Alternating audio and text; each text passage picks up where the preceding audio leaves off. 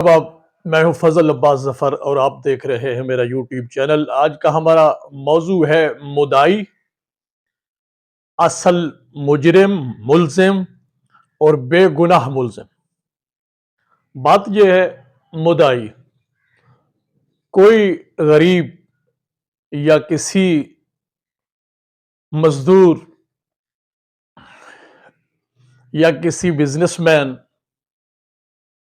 یا کوئی مدرس یا پروفیسر، ڈاکٹر، جب کسی کے ساتھ یہ وقوع سرزد ہوتا ہے، مثلا ڈکیتی کے دوران کسی کے بیٹے کو گولی لگ جاتی ہے، جب اس باپ کے بیٹے کو گولی لگتی ہے تو یہ درد یا ماں محسوس کر سکتی ہے یا اس کا باپ یا اس کے بھائی یا اس کی بہنیں اس درد کی کیفیت محسوس کر سکتے ہیں۔ ہمیں چاہیے کہ ایسے اندوہناک واقعات، دل دوز واقعات پہ ہم ایک دوسرے کی ڈھارس بنیں، ایک دوسرے کو حوصلہ دیں، ہمت دیں اور ان کے ساتھ مل کر اس کے اصل مجرموں تک پہنچے۔ اچھا، پولیس ان واقعات سے جو کام کر لیتی ہے، مثال کے طور پر اگر کسی کے بیٹے کو گولی لگ گئی ہے تو پولیس اصل مجرم کی بجائے کسی مشکوک کو لے کر اسے نامزد کر دیتی ہے یا اسے شناخت پر روانہ کر دیتی ہے۔ تو جس کے بچے کو گولی لگی ہوتی ہے وہ غریب، وہ مضروب کا باپ، وہ اس کے عزیز رشتہ دار، وہ اس کرب میں ہوتے ہیں کہ ہم اس کا نام لیں نہ لیں، کیا کریں۔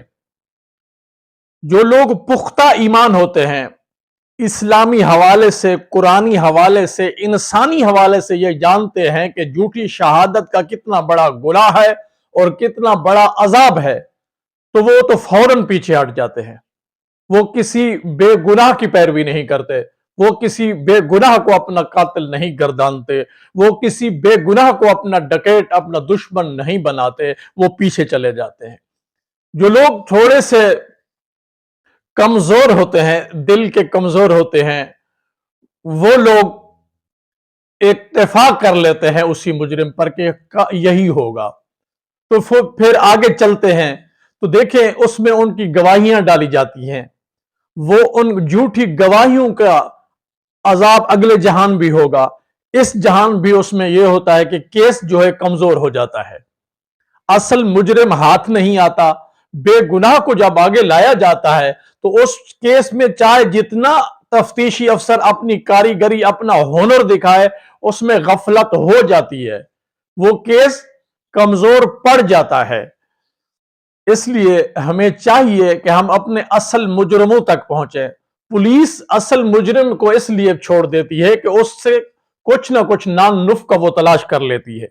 یہ کردار تھانے میں موجود ایسے کانسٹیبل جو بہت متحرک ہوتے ہیں ان حوالوں سے، جو تھانوں میں یونیفارم بھی جن کو نہیں پہنائی جاتی، وہ سفید پارجات میں صرف یہی کام کرتے ہیں، ایسے تو سرکل آفیسر، ان کے لیے وہ یہ کام کرتے رہتے ہیں۔ مجرم سے رقم لے لی، بے گناہ کو مجرم ٹھہرا دیا۔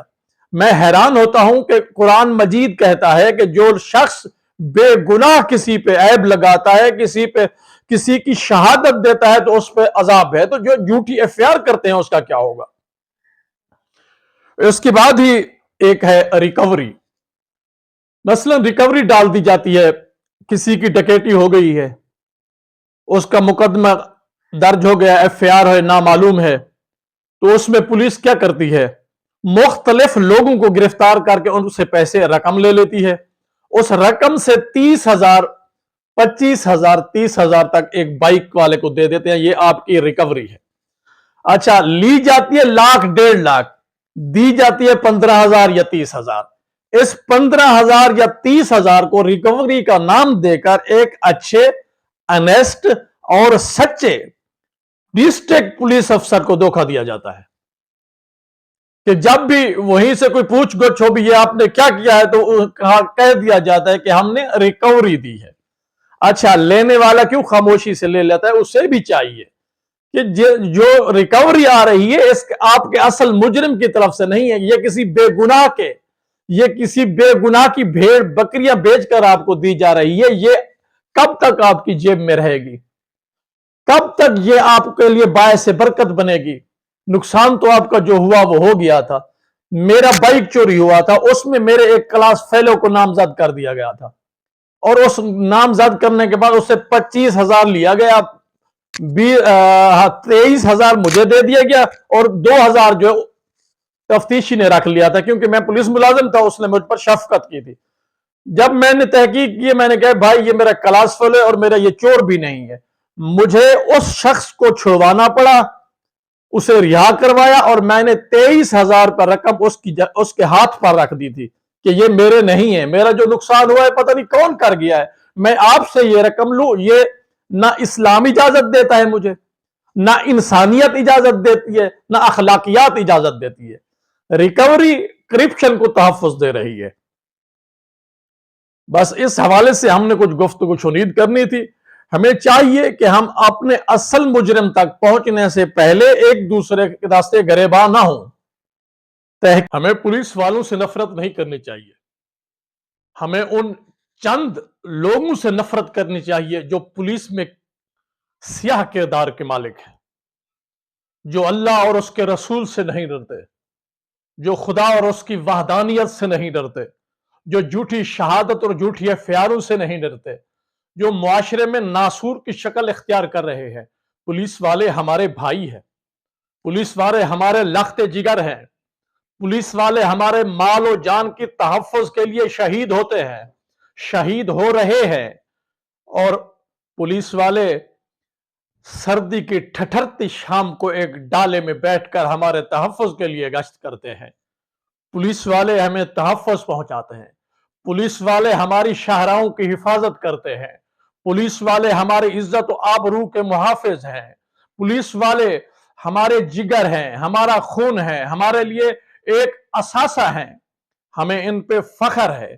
اور ایسے پولیس افسران جو عوام کے مال و جان کے تحفظ کے لیے اس خدمت کو، اس ڈیوٹی کو اپنا فرض سمجھتے ہوئے عبادت سمجھتے ہیں، ہمیں انہیں سلام پیش کرنا چاہیے، سلوٹ پیش کرنا چاہیے۔ اور ایسے کردار جو سیاہ کردار ہیں، جس طرح ایک تھانے میں 2 ایسے کانسٹیبل ہوتے ہیں جو بہت متحرک ہوتے ہیں اور ہر 2 نمبر کام کرتے ہیں، ہر 2 نمبر شخص کے ساتھ ان کا رابطہ ہوتا ہے، ان کے اگر ٹیلی فون ڈیٹا ان کا چیک کیا جائے تو آپ کو پتہ چلے گا کہ کتنا لوگوں کے ساتھ ان کا واسطہ ہے۔ اس طرح کوئی تفتیشی ہوتے ہیں، ایسے چوز ہوتے ہیں، سرکل افسر ہوتے ہیں جو عوام کے جان و مال کے تحفظ کے لیے نہیں، اپنے اکاؤنٹ کو بھاری کرنے کے لیے بیٹھے ہوتے ہیں، جنہیں یہ احساس تک نہیں ہوتا کہ کسی بے گناہ کو ہم جیل میں ڈال رہے ہیں، کسی بے گناہ کو ہم ایف آئی آر کر رہے ہیں، کسی مجرم کو رہا کر رہے ہیں، بے گناہ کو اس ایف آئی آر میں مجرم قرار دے رہے ہیں۔ ایسے لوگوں کے ساتھ، ایسے لوگوں سے نفرت کرنی چاہیے، نفرت ہونی چاہیے۔ اجتماعی طور پر جماعت پولیس سے نفرت نہیں ہونی چاہیے، ایسے لوگوں کو بے نقاب کرنا چاہیے تاکہ ہماری پولیس صاف شفاف ہو۔ پاکستان زندہ باد۔